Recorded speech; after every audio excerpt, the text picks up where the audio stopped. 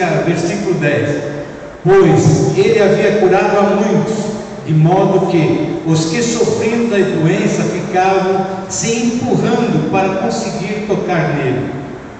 Amém? Os irmãos podem sentar.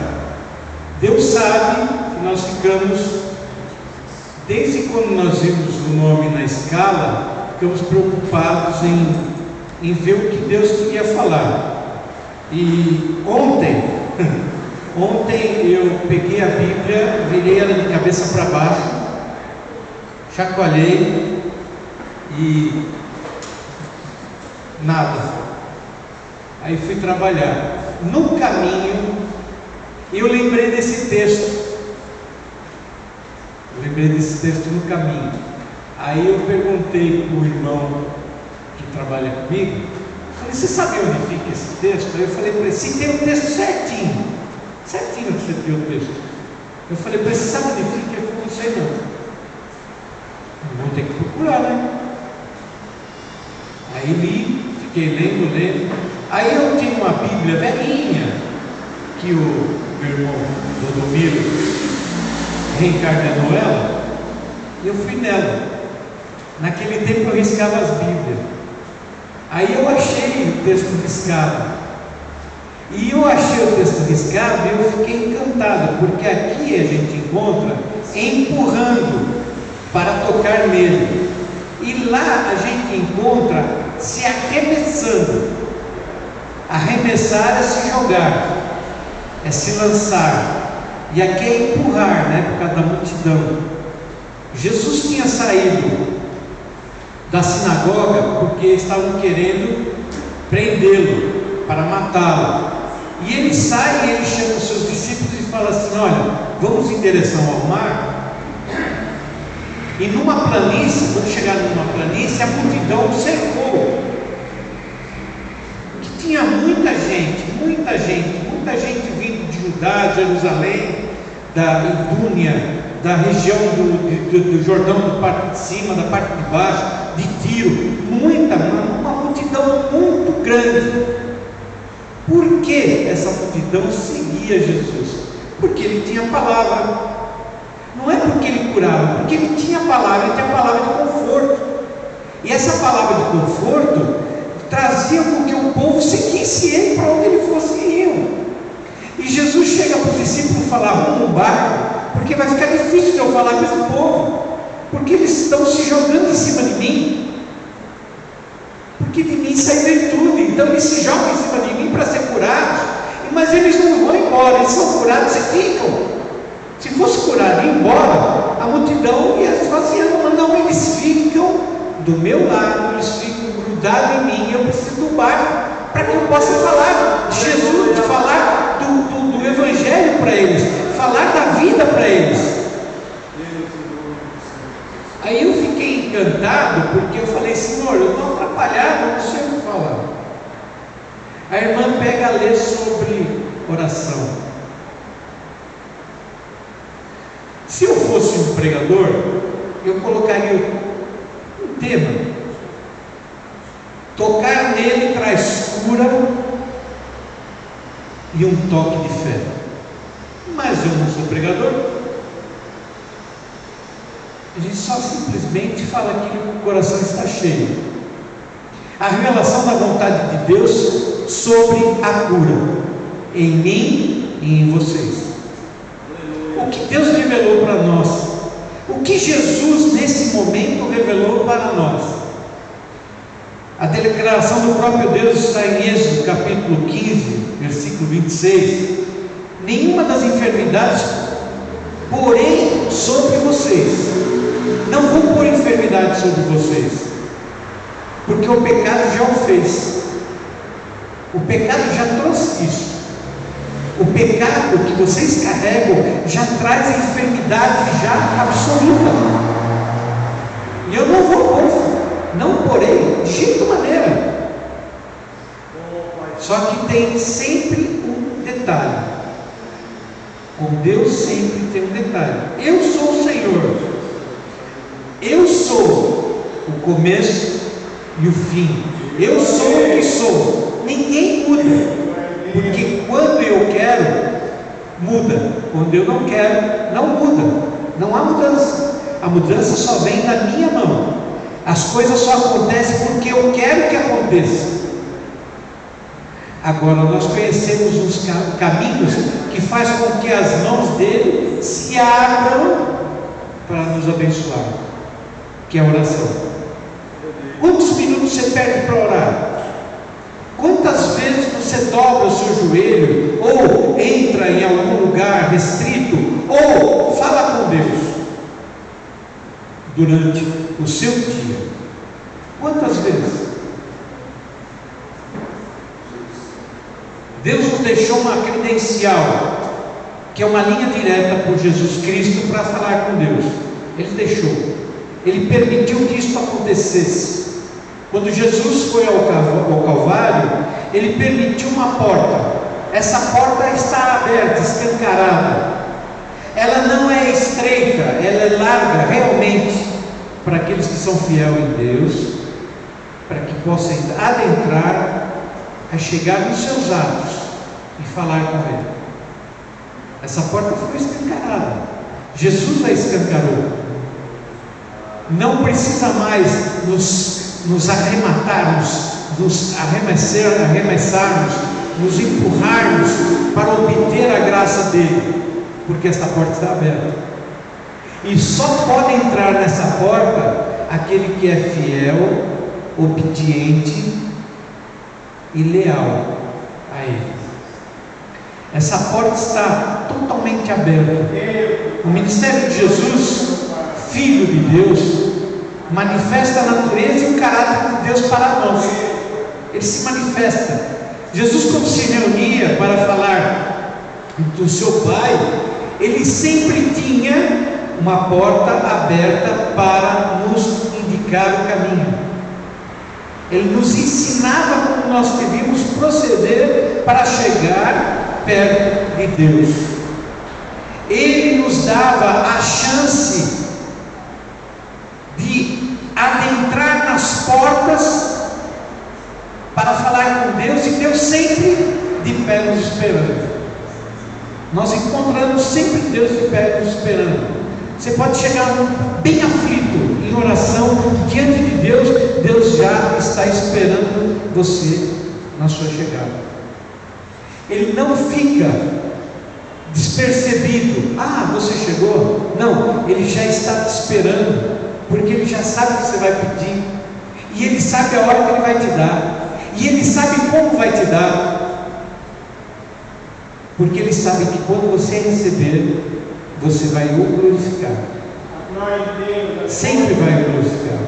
Se nós formos pegar todas as passagens que Jesus cura, nós vemos que Jesus fala assim: olha, vá lá, se apresenta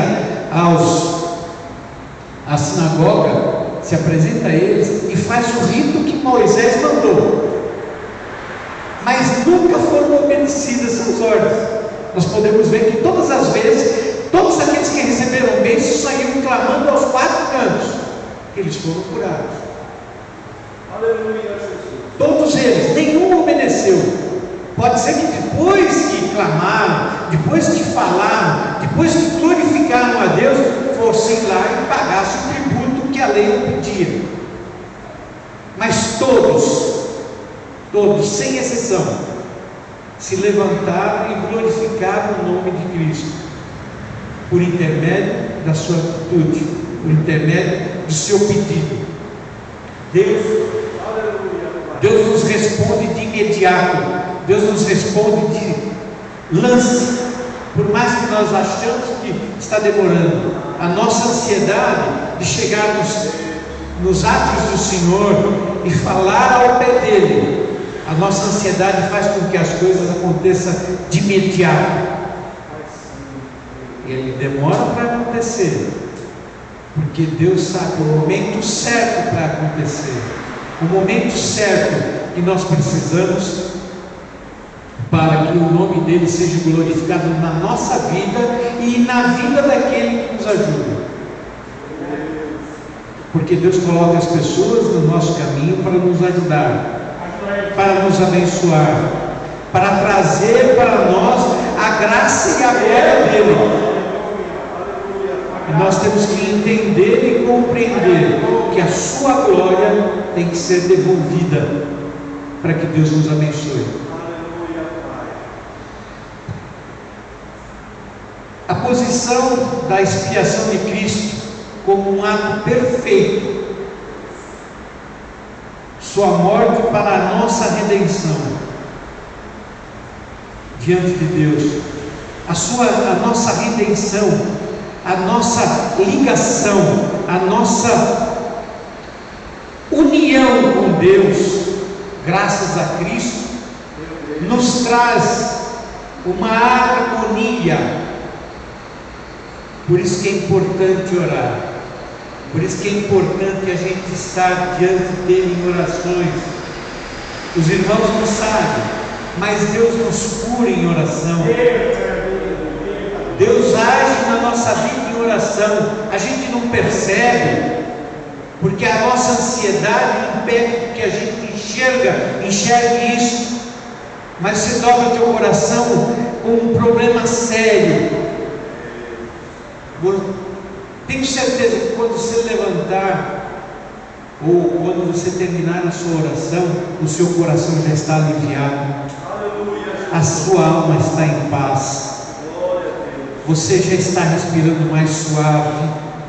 Aquele problema que era terrível, que estava sobre as suas costas, já desapareceu, está leve, suave. Você consegue enxergar, como dizem aí fora, a luz no fim do túnel. Eu digo, nós começamos a enxergar que Deus nos deu a saída. Depois que nós oramos, depois que nós colocamos diante de Deus, depois que nós colocamos as nossas petições, as nossas vontades, olha, esse cesto pode acontecer maravilhas. Nós sabemos que está acontecendo, sabemos que tem pessoas com câncer que foram desenganadas do médico há um mês, tem que morrer há 15 dias, já está um mês desenganado. O médico não entende, mas ele está um mês vivo e só tinha 15 dias, e o nome dele está aqui. E nós estamos orando, e o nome dele continua aqui, e ele continua aí com o seu câncer, mas ele continua vivo. Os médicos não entendem, nós não entendemos, porque nós não queremos entender, porque nós sabemos que Cristo cura, Cristo liberta. Isaías 53, 4 a 5 diz isso. Porque nós nos desamparamos, nós ficamos sentindo desamparados, sabendo que Cristo está do nosso lado. Ele nos falou que todos os dias estaria conosco. E por que nós nos desesperamos? Eu aprendi uma lição. Eu corto o cabelo bem baixinho, que é para mim não me desesperar e puxar os cabelos. Então eu ponho a mão na cabeça, não tenho o que puxar. Então eu penso, peraí, a ansiedade tem que terminar. Meu desespero tem que depositar nos pés de Cristo. O meu desespero tem que depositar no Deus que eu confio. Que Deus é esse?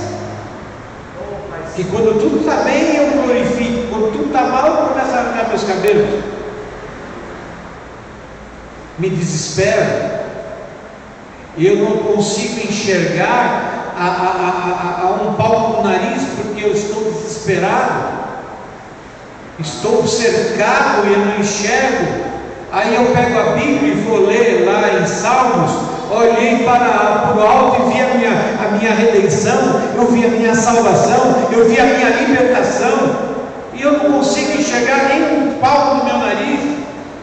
Eu leio a Bíblia dia e noite e dia, e não entendo, ou não quero entender, ou eu não quero entregar-me realmente a Cristo para que eu possa trabalhar. Essas pessoas que se arremetiam diante dele, ele não olhava, eles não estavam preocupados se o da direita ou da esquerda, ou o de trás ou da frente estava atrapalhando. Ele se lançava sobre Cristo, porque sabia que no tocar ele ia ter a cura, no tocar ele ia ter a solução do seu problema. Aí nós podemos falar daquela mulher que estava com aquela doença, ela gastou todo o seu dinheiro com os médicos, mas ela colocou na sua cabeça que tocar, só em tocar em Jesus, ela seria curada.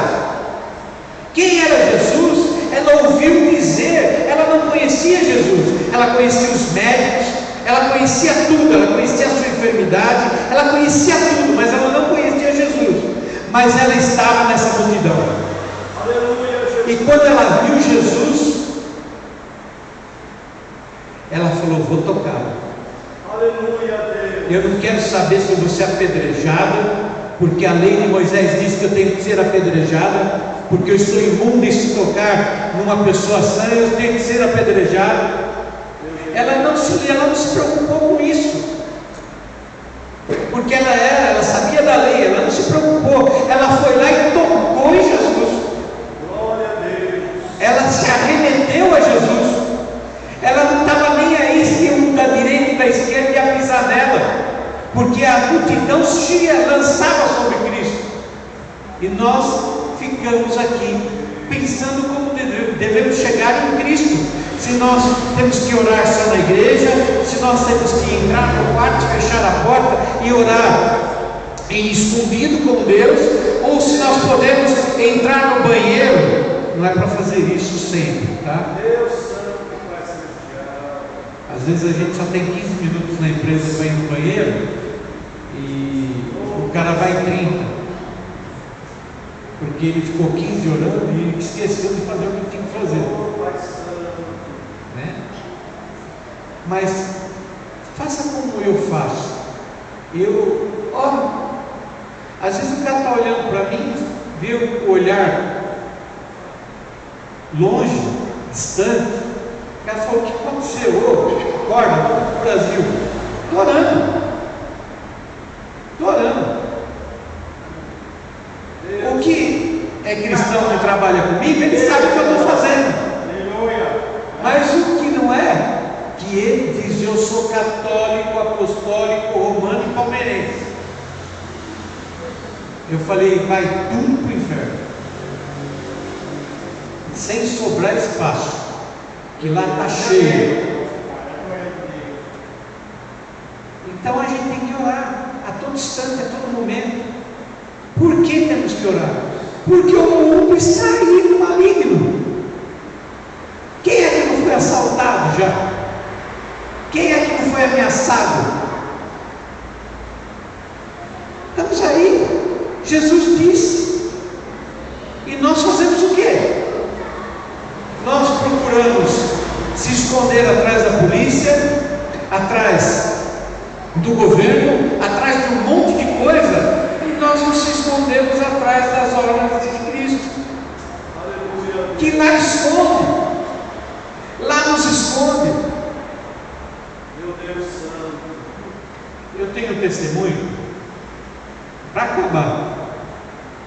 Eu tenho um testemunho que é o seguinte: eu saí com a picape da empresa, eu trabalhava na Celite, e eu saí com a picape da empresa para buscar uns tubos, e eu amarrei o tubo na picape e estava saindo, não lembro se era de Santo Amaro, está saindo de Santo Amaro para ir para o Tatuapé, e no caminho os canos começaram a balançar, e eu peguei, encostei, olhei para a avenida, não vi ninguém, encostei a viatura, puxei os canos, amarrei de novo e fui atrás da picape para amarrar o cano traseiro. E na hora que eu agachei para amarrar o cano traseiro, veio um cara e enfiou o revólver nas minhas costas. É um assalto. Eu peguei, levantei, empurrei o cara e falei: meu, ajuda aqui a amarrar, porque os tubos eram grandes, era tubo de 3 polegadas, era grande. Ajuda a amarrar. O cara pegava e chacoalhava o revólver no meu rosto. Aí eu olhei para dentro do revólver para ver se tinha bala, porque eu pensei que era brincadeira, porque eu tinha olhado na rua, não tinha ninguém, e era um quarteirão longo, não tinha como aparecer uma pessoa do nada. Falou: um assalto. Eu falei: Jesus, eu vou bater nesse cara. Aí o Senhor falou para mim: olha para trás. Aí, como eu estava para na calçada e atrás da avenida, eu olhei. No que eu olhei para trás, tinha um outro carro, já na porta, quase na porta da picape, para entrar dentro da picape. E como ele estava com as duas mãos para baixo, eu falei: esse cara está armado também. Se eu bater nesse cara, aquele cara vai me matar. Então, deixa estar, né? Falei: entra na viatura, entra no carro. Eu vou entrar não, entra no carro. Vou entrar não, entra no carro. Aí o cara no volante, eu fiquei no meio, e o cara que estava armado ficou do meu lado, com a arma na minha barriga. E eu falei: senhor, daqui a pouquinho eu estou aí com o senhor, porque essa viatura o alarme vai disparar, ela vai parar, e esse cabeça de melão que está do meu lado vai puxar o gatilho, porque ele estava mais apavorado que eu. Ele vai puxar o gatilho. Vê como Deus é bom. Eu virei para o que estava com a arma, né? Porque o cara que estava dirigindo, ele estava preocupado com o volante, ele não ia fazer nada para mim. Eu virei para o cara que estava com a arma e falei assim: você sabe que Jesus te ama? Ele te ama, você e o teu parceiro aqui, né? Mas a minha cabeça estava funcionando. Eu falei: eu cato a arma dele, viro para a cabeça do cara, ele vai puxar o gatilho, mata o cara, e eu arrebento esse cara que é pequenininho que nem eu quebro ele. O Senhor falou claramente no meu ouvido: não toque nos dois, não toque.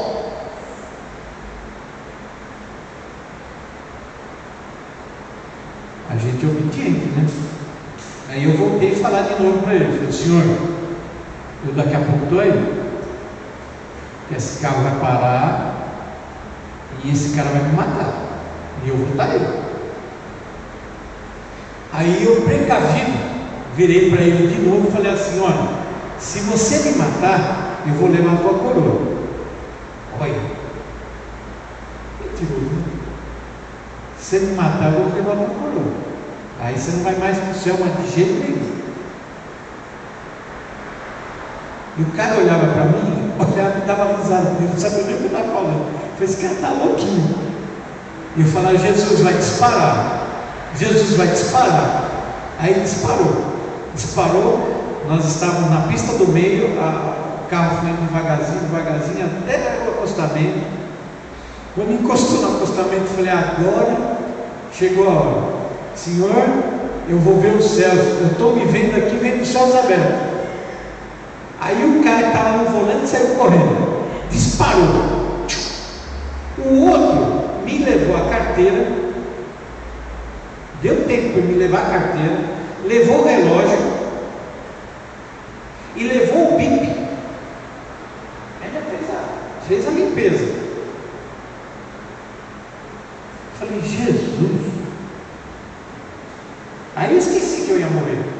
Eu fiquei bravo porque ele me roubou a carteira. Falei: Jesus, como pode? Tinha R$300 dentro da carteira, que era teu dinheiro. Era teu dinheiro. Não era meu, não. O dinheiro era teu, não era meu. A minha preocupação era o dinheiro de Deus, não era meu. O meu já não tinha mesmo, então não ia roubar grande coisa. Mas roubar os R$300 que eu ia comprar uma máquina de furar para a igreja. O Raul tinha dado esse dinheiro no domingo. Isso era na segunda-feira. Falei: Senhor, como pode? Aí eu saí de lá, fui a pé, deixei o carro no meio da avenida, no meio da marginal do Pinheiros, e fui a pé no primeiro telefone para telefonar para a polícia. Ligo para a polícia, 40 minutos depois chegou a viatura. Quando chega a viatura, os dois que estavam na viatura trabalharam comigo. Falaram: alemão, você foi roubado? Falei: fui, né? Falaram: vamos dar um giro por aí. Falei: com o dinheiro que eles me roubaram, já estão no Japão. Já estão longe daqui, bem longe. Vamos fazer ocorrência. Dá o carro lá, eu falei: anda. Então peguei o carro, fui até o o 34DP, fiz ocorrência. Aí voltei, cheguei na fila. Aconteceu alguma coisa com você? Aconteceu, eu fui assaltado. Você foi assaltado? Como você foi assaltado? O carro está aí, os tubos estão aí. Como você foi assaltado? Falei, sendo assaltado. O cara me enfiou o revólver na cara e me roubou. Me roubou todos os documentos e o dinheiro. Mas o cara não te deu um tiro, não? Eu falei, olha aqui, filha da mãe, quer me ver morto? Eu falei, não, o cara não me atirou, não. Mas você está com mentira? Eu falei, não, estou falando sério.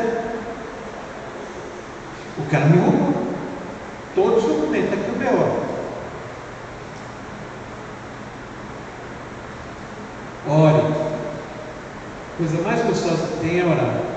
Você vê as coisas acontecendo no teu nariz e você nem percebe, você nem vê, você nem sente, você nem sabe. Quando você vai ver, isso aconteceu mesmo.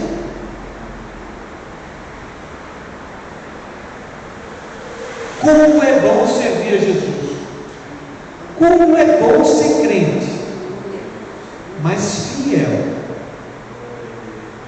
Domingo agora vai ser domingo de Páscoa. Tem uma igreja aí dando chocolate. E é de graça, viu? É de graça. Cadê Jesus? Tem igreja aí dando óleo para ungir. Cadê Jesus? Tem igreja aí fazendo miséria. Cadê Jesus? Cadê esse homem que fazia as multidões andar quilômetros e quilômetros atrás dele? Cadê esse homem que ele faz com que as coisas aconteçam sem a gente se ferir? Todas as vezes que eu lia, olha, entrou três lá no forno e tinha 4. E os caras saíram sem cheiro de queimado, sem nada. Eu falava, Senhor, como pode acontecer isso? E a gente não percebe que acontece com nós. Você está no ponto de ônibus e o ônibus não vem, aí você sai da onde você está e dá 2, 3 passos para lá, o carro passa e leva o ponto. E você não percebe que isso foi Deus que fez. Você não percebe que é isso que Ele está atuando na tua vida? Que Ele fala, onde você está, eu vou estar. Se você me chamar, eu vou ouvir. Aleluia, Jesus. Se você clamar, eu estarei com as mãos abertas para te pegar. E a gente não percebe isso. Por quê? Porque a gente está preocupado que nós temos que chegar em casa, assistir a novela, ou então assistir o da Atena, ou então assistir aquele outro Corta para Mim, e vai que vai. Nós estamos preocupados com um monte de coisa, e não estamos preocupados com estar com Cristo. Porque estar com Cristo, nós temos o dom da cura, nós temos a libertação, podemos trazer a libertação para aquele que nos olha, aquele que nos vem conversar conosco, porque dentro de nós há águas vivas. Foi isso que Jesus disse. E é difícil segui-lo. Para muitos é, porque não dá status, eu não apareço na mídia, eu não tenho nenhuma preocupação ou despreocupação daquilo que eu estou falando, porque ninguém sabe do que eu vivo. Se aquilo que eu estou pregando aqui eu vivo lá fora, ninguém sabe, ninguém me vê, ninguém me enxerga. Eu posso ser o maior mentiroso, eu estou com o maior instrumento do ser humano na mão, eu posso fazer o que eu quero. Ninguém sabe o que vai acontecer depois dessa porta para fora. Mas eu tenho uma coisa comigo, que eu estou preocupado, porque quem me enxerga, quem me vê é Deus. E esse pode tirar minha vida a qualquer minuto, lançar-me no lago de fogo a qualquer minuto. E dele que eu tenho medo. Do homem eu não tenho medo, não. O máximo que o homem pode fazer é tirar a minha vida. Isso se Cristo permitir. Porque se Ele não permitir, também não tira. Irmãos, o ministério continua da igreja. Após o Pentecoste, esse ministério de cura divina que Jesus iniciou está conosco, está com a igreja. Nós vamos em Atos 3, do 1 ao 10, 4, 30. Ele está com a igreja. Nós estamos com o poder na mão. Nós temos o poder na mão. Nós temos o poder que Jesus Cristo nos deixou para nós fazermos isso: curar, salvar, libertar. Só não fazemos porque não acreditamos em nós, não acreditamos em nós, não acreditamos na Bíblia, não acreditamos em Cristo. Porque se você acredita em Cristo, Ele acontece, Ele faz acontecer. Eu conheço um cidadão que orava para o carro. Quando o carro falhava, ele chegava no motor do carro e repreendia o motor do carro. Eu conheço. E quantas vezes ele fez isso? Muitas e muitas vezes. Por quê? Porque aquele carro era um instrumento que Deus usava ele para levar o Evangelho. E tem que ser assim. Nós temos que ter o nosso instrumento. Qual é o nosso instrumento? A boca. Antes da gente ficar falando mal dos outros, vamos falar de Cristo. Ah, mas Cristo está mal vendido. Eu não estou vendendo Cristo, eu estou dando salvação. É diferente. Vender Cristo, deixa esses caras vender a Cristo aí, ó. Que eu garanto a você que a palavra me dá essa autoridade. Nenhum deles vão para o céu. E o julgamento deles vão ser pesados, hein? Viu Judas? Viu o que aconteceu com Judas? Deus deu um ministério muito grande para nossas mãos e nós estamos brincando. Nós não estamos deixando Deus trabalhar. Nós não estamos deixando Jesus trabalhar na nossa vida, porque Ele tem que consertar a nós para que nós possamos fazer com que a luz dele brilhe aí fora. E se nós não permitirmos nós entrarmos nesse engano, nesse evangelho barato, nesse evangelho que não traz nada, só arranca. Eu nunca vi Jesus andar de carruagem. Eu nunca vi Jesus andando com roupas finas. Eu nunca vi Jesus andando com um alforje cheio de dinheiro. Eu nunca vi Jesus dormindo em estalagem. Pelo menos a minha Bíblia não registra isso. Um jovem rico chegou a Jesus e falou: Jesus, o que eu preciso fazer para te seguir? Vai lá e dá tudo que você tem e vem aqui. Mas Senhor, eu vivo o que está em Deuteronômio. Eu respeitei a lei, eu obedeci às ordens de Deus e fui abençoado. Como que eu vou dar aquilo que eu fui abençoado aos pobres? Diz a palavra que ele saiu triste, porque Jesus não queria o dinheiro dele, nem a fama dele, e nem o que ele queria, nem o que ele era. Jesus queria simplesmente que ele se convertesse. Só isso, só a conversão. E ele não se preocupou com a conversão, ele se preocupou com o dinheiro. É o que muita gente hoje está preocupada com dinheiro, status. Eu sou pastor, Shangri-La, pregador de multidões. Quando eu abro a minha boca, encho meus bolsos. Vida não salva. Correr atrás da vida, mas nem por 10 contos. Ver a salvação de pessoas, ver cura, ver libertação, ver endemoniado ser curado, ser liberto. Para que isso? Não me traz dinheiro, não me traz fama, mas eu não. Eu sou de Cristo. Eu quero ser de Cristo. E eu quero viver em Cristo. Eu agradeço a oportunidade em nome de Jesus. Tem alguém que vai levantar o